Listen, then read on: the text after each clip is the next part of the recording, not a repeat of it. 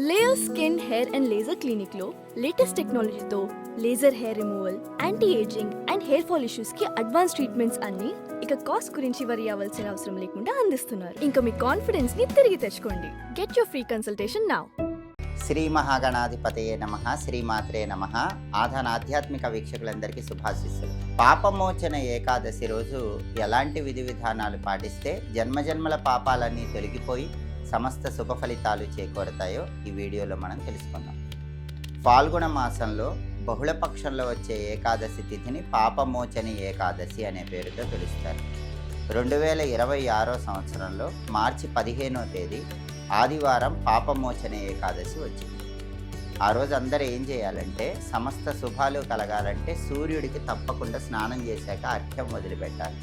రాగి చెంబులో నీళ్లు తీసుకొని ఆ నీళ్లలో కొన్ని ఎరుపు రంగు పుష్పాలు, కుంకుమ కలిపిన అక్షింతలు, వీలైతే కొద్దిగా ఎర్రచందనం పొడి కలిపి తూర్పు వైపు తిరిగి ఆ నీళ్లు మొక్కలో పోస్తూ ఓం గృణి సూర్య ఆదిత్యోం అని 12 సార్లు చదవాలి. ఇలా సూర్యుడికి అర్ఘ్యం ఇచ్చినట్లయితే సంవత్సరం అంతా కూడా రాబోయే కొత్త సంవత్సరం సూర్యుడి సంపూర్ణమైన అనుగ్రహం సులభంగా కలుగుతుంది.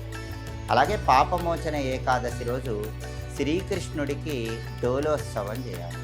డోలోత్సవం అంటే కృష్ణుడి విగ్రహం కానీ చిత్రపటం కానీ మీ ఇంట్లో ఉంటే ఉయ్యాలలో ఉంచి ఆ ఉయ్యాల ఊపాలి, అంటే ఊయల సేవ చేయాలి. దీన్ని డోలోత్సవం లేదా ఆందోళికోత్సవం అనే పేరుతో పిలుస్తారు. పాపమోచన ఏకాదశి రోజు ఇలా కృష్ణుడికి డోలోత్సవం చేస్తే శ్రీకృష్ణ పరమాత్మ అనుగ్రహం వల్ల సమస్త శుభాలు చేకూరదు.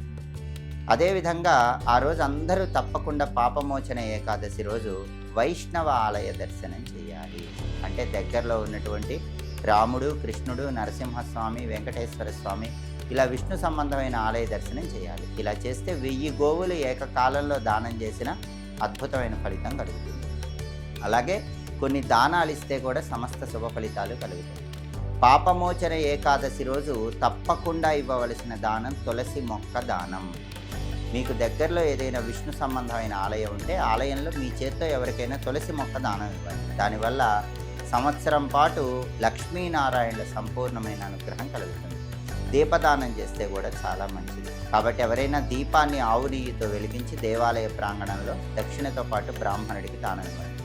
అదేవిధంగా పాపమోచన ఏకాదశి రోజు పండ్లు దానం ఇచ్చినా, వస్త్రాలు దానం ఇచ్చినా, ధనం దానం ఇచ్చినా కూడా ఉత్తమ ఫలితాలు కలుగుతాయని ప్రామాణిక గ్రంథాలన్నీ తెలియజేస్తున్నాయి. వీటిల్లో ఏ దానమైనా ఇవ్వండి, విశేషమైన శుభ ఫలితాలు చేకూరితే. కుటుంబంలో విభేదాలు తొలగిపోవాలంటే, దాంపత్య జీవితం బాగుండాలంటే పాపమోచన ఏకాదశి రోజు తీపి పదార్థాలు ఎక్కడైనా దేవాలయ ప్రాంగణంలో మీ చేతితో దానం ఇవ్వండి. ఈ ప్రత్యేకమైన దానాలు ఇచ్చుకుంటే ఈ జన్మలో చేసిన పాపాలు, జన్మాంతరాల్లో చేసిన పాపాలు అన్నీ తొలగింపజేసుకొని విష్ణుమూర్తి సంపూర్ణమైన అనుగ్రహానికి సులభంగా పాత్రలు కావచ్చు. అదేవిధంగా మార్చి 15వ తేదీ ఆదివారం పాపమోచన ఏకాదశి రోజు ఇంట్లో పూజ చేసుకునే వాళ్ళు ఎవరైనా సరే తప్పకుండా పసుపు రంగు పుష్పాలతో విష్ణుమూర్తిని పూజించండి. తులసి దళాలతో విష్ణుమూర్తిని పూజించండి. అంటే లక్ష్మీనారాయణుల ఫోటో కానీ, రాముడు, కృష్ణుడు, నరసింహస్వామి, వెంకటేశ్వర స్వామి ఫోటో కానీ, ఏదైనా విష్ణు సంబంధమైన ఫోటో దగ్గర ఇంట్లో ఆవు నెయ్యితో దీపం పెట్టి తులసి దళాలతో పసుపు రంగు పుష్పాలతో పూజ చేస్తే విష్ణుమూర్తి సంపూర్ణమైన అనుగ్రహం కలుగుతుంది. అలాగే ఉపవాసం ఉండే వాళ్ళు ఎవరైనా సరే ఫలాహార ఉపవాసం ఉంటే చాలా మంచిది. ఫలాహార ఉపవాసం అంటే కేవలం పండ్లు, పాలు ఇటువంటివి ఆహారంలో స్వీకరిస్తూ ఉపవాసం ఉంటే దాన్ని ఫలాహార ఉపవాసం అంటారు. అలాగే ఫలాహార ఉపవాసం ఉండలేని వాళ్ళు సాత్విక ఆహార ఉపవాసం కూడా ఉండవచ్చు. అంటే సగ్గుబియ్యంతో చేసినటువంటి పదార్థాలు ఏవైనా సరే, రవ్వతో చేసినటువంటి పదార్థాలు ఏవైనా సరే, ఉప్పుడు పిండి లాంటివి తీసుకొని కూడా ఉపవాసం ఉండవచ్చు. ఇలా ఫలాహార ఉపవాసం కానీ, సాత్వికాహార ఉపవాసం కానీ ఉండండి.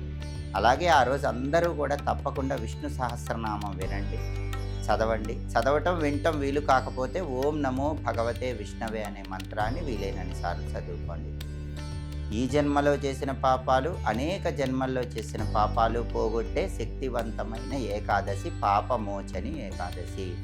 మార్చి 15వ తేదీ ఆదివారం ఈ మోచన ఏకాదశి సందర్భంగా అద్భుతమైన అవకాశాన్ని సద్వినియోగం చేసుకుని విష్ణుమూర్తి అనుగ్రహానికి ప్రతి ఒక్కరూ సులభంగా పాత్రలు కండి.